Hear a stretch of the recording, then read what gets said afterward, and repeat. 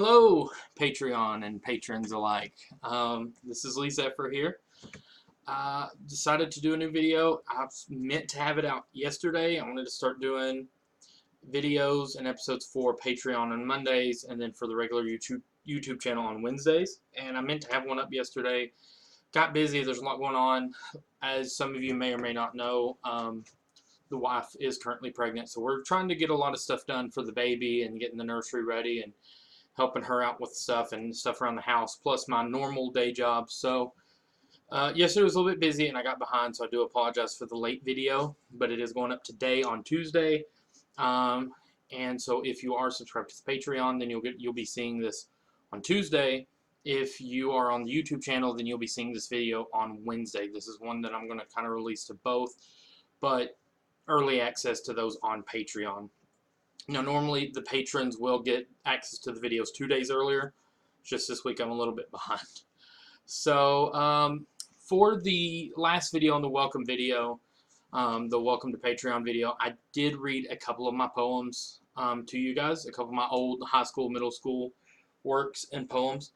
And so I wanted to do some more of that. I actually have a good stack more here to read to you guys. I actually got 5 more poems to read today, so hopefully you guys will enjoy this. Hopefully it's something you guys are interested in. Again, this one actually has a date on it, if you can believe that or not. It was January 12th of 2006.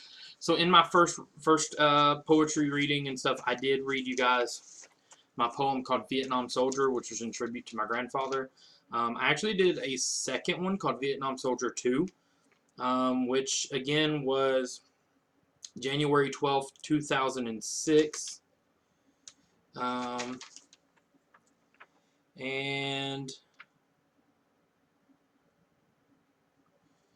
apparently this I did for a school project because it's got a grade on it. Apparently I made a 94%.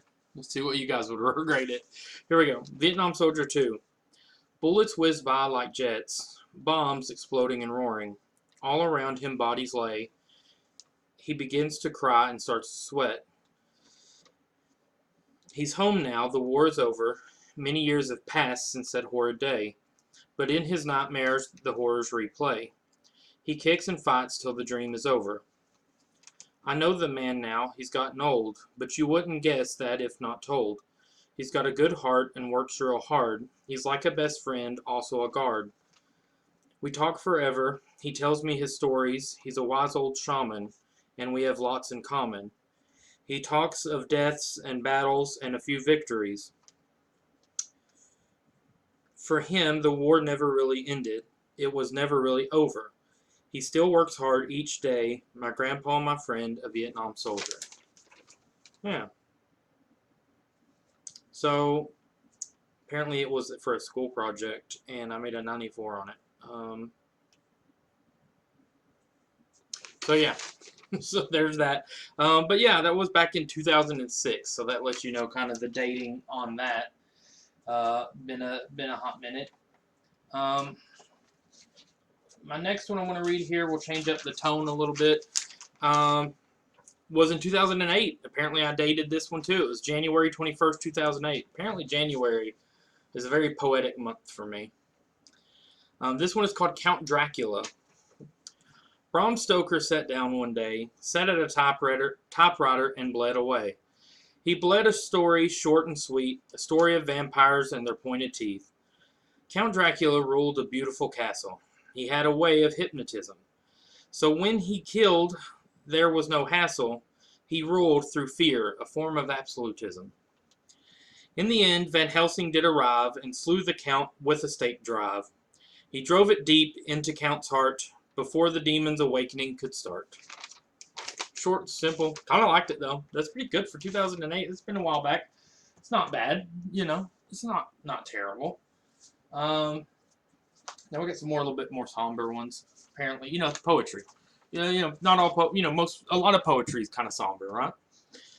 This one is called Yellow and Blue, and this was about my first mom. If some of you don't know through some of my origins and stuff, my first mom actually died when I was 8. She passed away due to health complications and such. And so this was a poem I wrote in tribute and honor to my first mom. It doesn't have a date.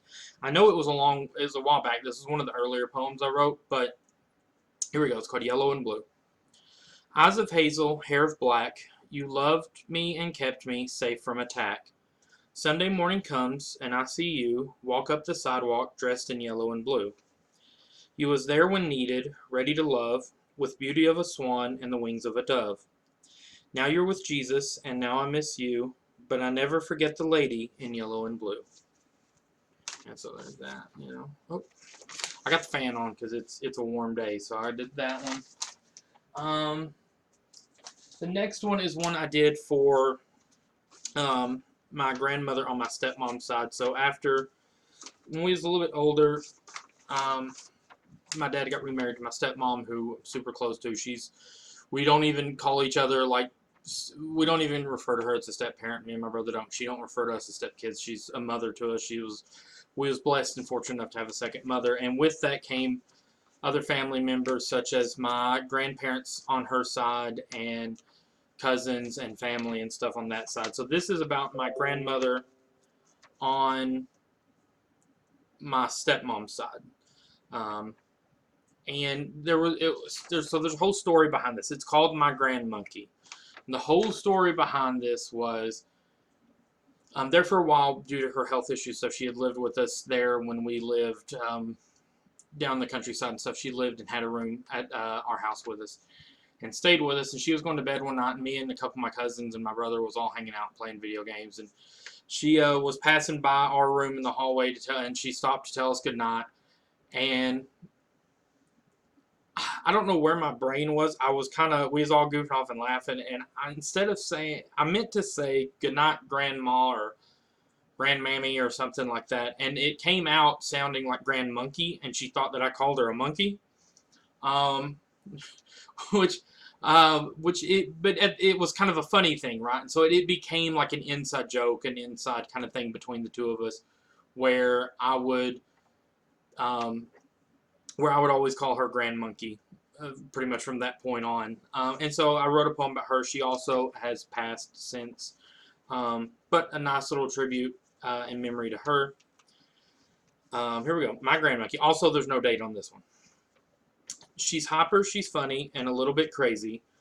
I love her, though, and she loves me. She's my one and only Grandmonkey. She loves to dance and works hard, too. She's caring and wise and a best friend, too. Love like silver, heart like gold, this sweet Grandmonkey is always on the go. She has a truthful spirit and a godly soul. She's the best Grandmonkey I'll ever know. And then it was a Happy Mother's Day gift to my grandma, Mama Lola, as we called her. So yeah, so that was that one. Another fun one. And then to keep with the theme of somber and with people that passed, I did end up writing one. This one I remember writing in high school. This was, obviously in my life, I've known a lot of loss. I've lost a lot of family between my first mom when I was 8 and grandparents throughout my life and years, and friends that I've known that's come and gone, and obviously my family that's went through a lot of the similar losses I have. And I had a teacher, I believe it was, one of my teachers had lost somebody terribly close to her, and so it's just, and I still have friends that have lost so much, and so in kind of inspiration to that, I ended up writing this poem, which is called Losing Someone Close. Yeah, no date on it, but I do remember it was in high school. I don't remember what year of high school, but here we go. This is the final one I've got to read for you guys today. Losing someone close. Losing someone close is a tragic fate. This cruel fact of life brings tears and hate. The key to healing is a spiritual feeling. Don't question God why, though it is hard to say goodbye. You say what's left for me and lose all hope, but ask how would your loved one want you to cope? They'd want you strong and want you proud while they live a new life among the clouds. Losing someone close I know is not easy. Death hurts and turns warm days breezy. God gave us a mind capable of memories, so you'll never forget your loved one's stories. I say to all those who've lost and hurt, I know the pain, and for you I pray. Pray that God will heal your pain and make a way. All I ask is to not forget, but remember them as they was not as they are. So there's that. So that's my poetry reading for today. I've got 5 quick poems throughout high school. Pretty much all those, I'm pretty sure, other than Yellow and Blue and maybe Grandmonkey. I think both of those were before high school, maybe middle school age, or maybe high school. I don't know. But there's my spiel for today. So yeah, definitely keep an eye out here. Be sure to like, comment, subscribe. Let me know which one was your favorite out of those, or even from the first video. I think in the first one I only did 2 or 3, and let me know if you want me to do more. I've got more poems, I've got song lyrics, I've got old memoirs and stories to read. All kinds of fun stuff that I can do for you guys here on the channel. I am continuously at work. I'm going to be working pretty hard today trying to get some more book stuff done. And, you know, it's a long process trying to get these books out, especially with a lot of life going on and getting distracted. But I am going to try to get cracking, and I would like to have a new book released by the end of this year.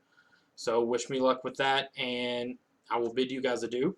And may you guys have a great week. And be sure to come back here and check out at any time. See you guys.